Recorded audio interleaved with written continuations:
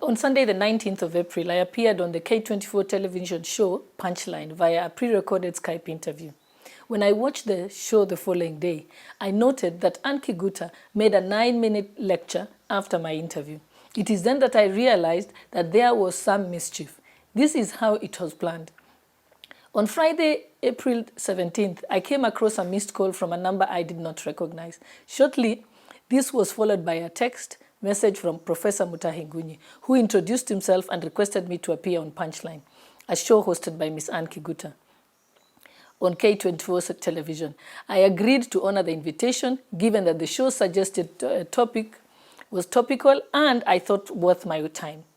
It has since become clear that this was a ploy to anchor a desperate, contradictory, misinformed and ill-advised message grafted by Ngunyi at the behest of his masters, with Anne Kiguta providing a voice.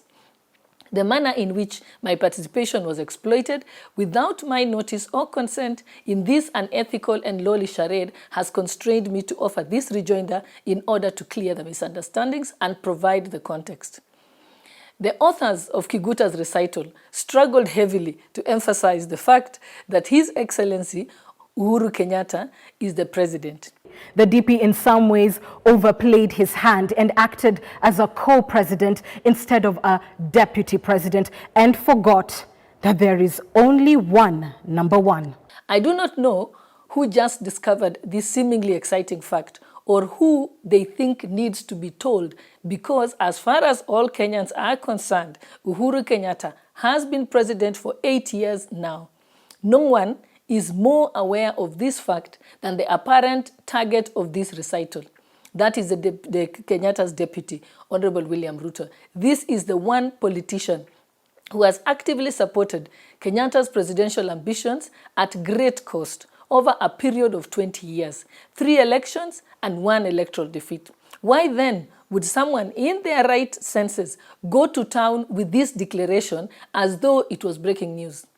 Now, we cannot tell you why exactly this covenant fell apart. For whatever reason, President Kenyatta has chosen a new political ally in Raila Odinga.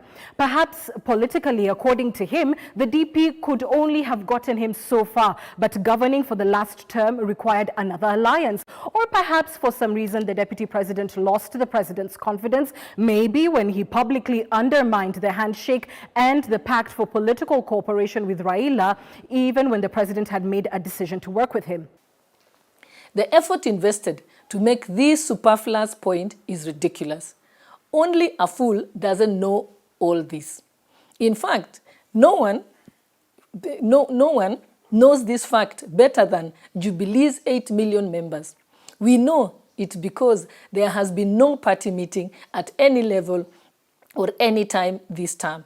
No parliamentary group meeting, no National Executive Council meeting, and no National Governing Council meeting.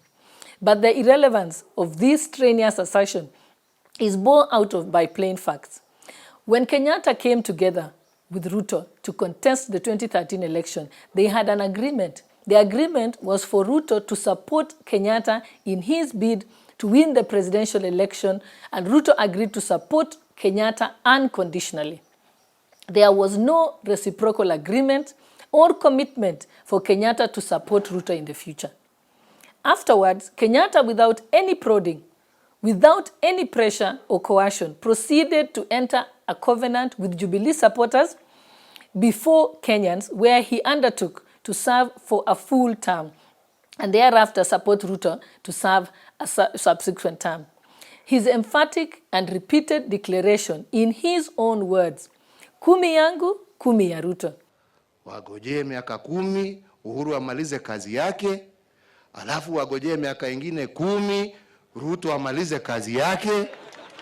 This covenant was publicly confessed on numerous occasions. Sisi tunataka tuungane. Mimi niende nimalize awamu yangu ya pili tarehe 8 mwezi ujao.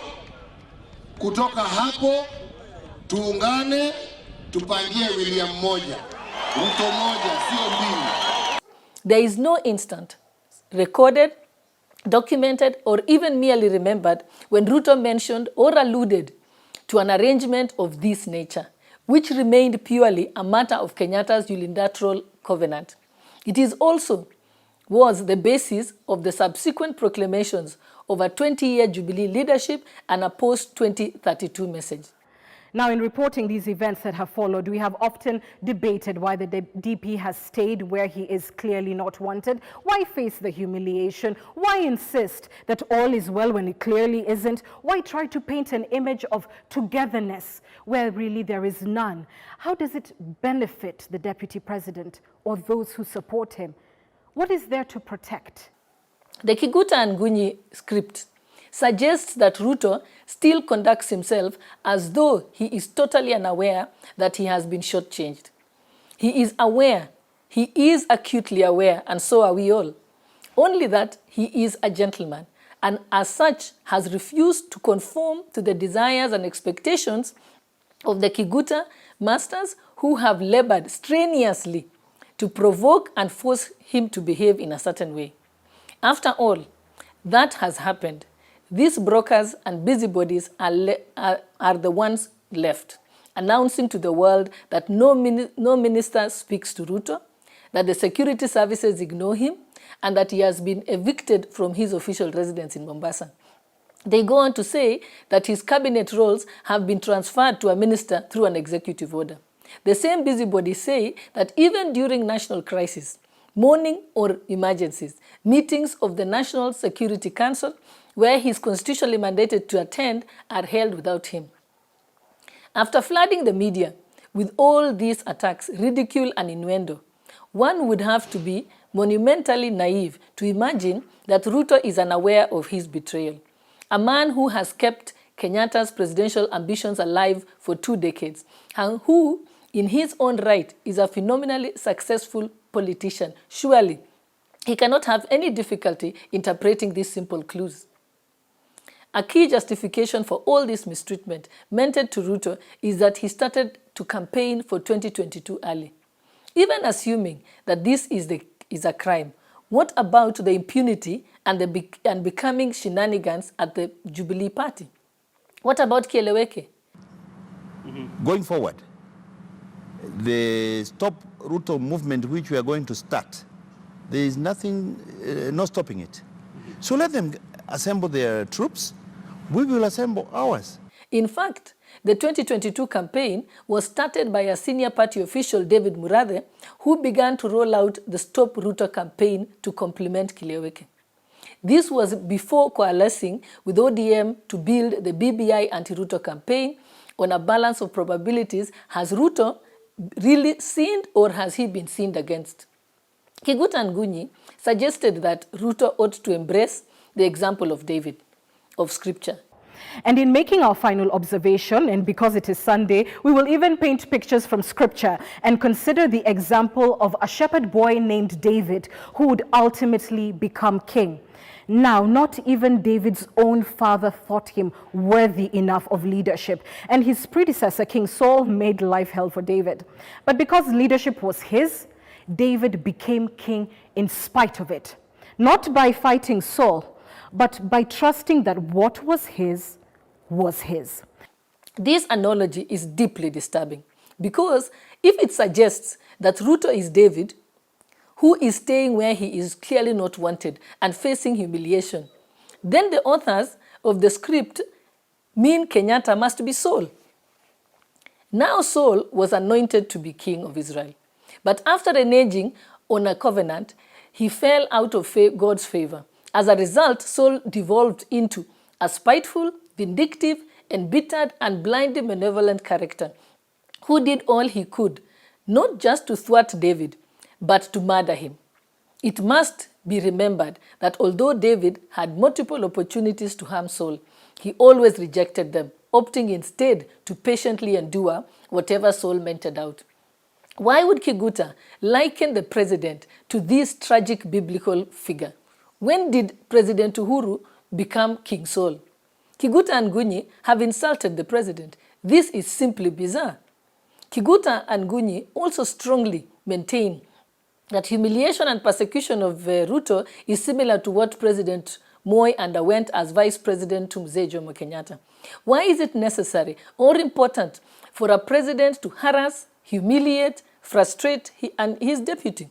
What sort of leadership seeks gratification from this malicious behavior?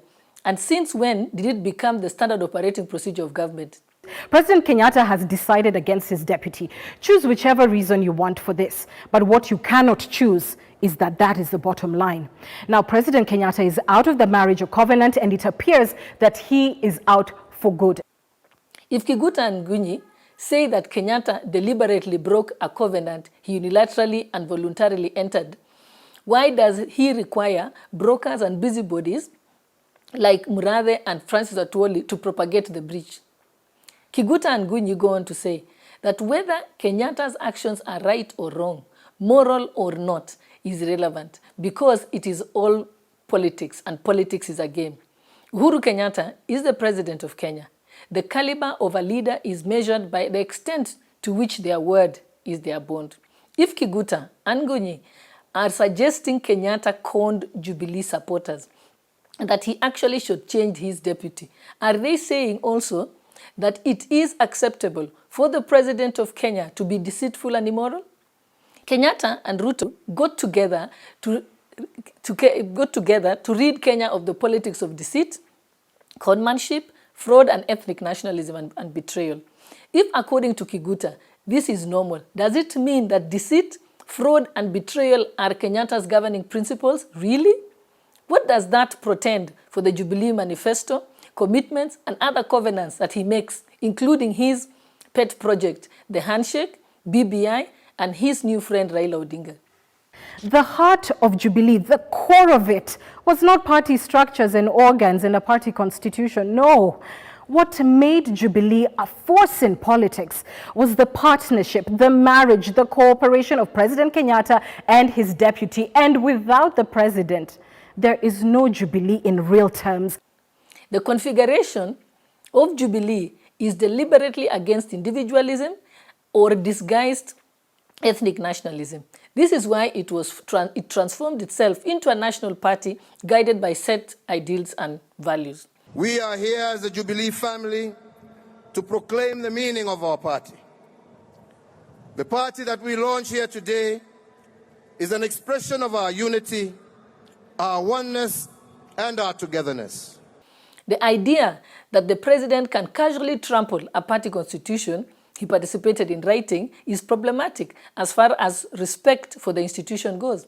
If the president can violate a party constitution, how do we expect him to respect the Constitution of Kenya?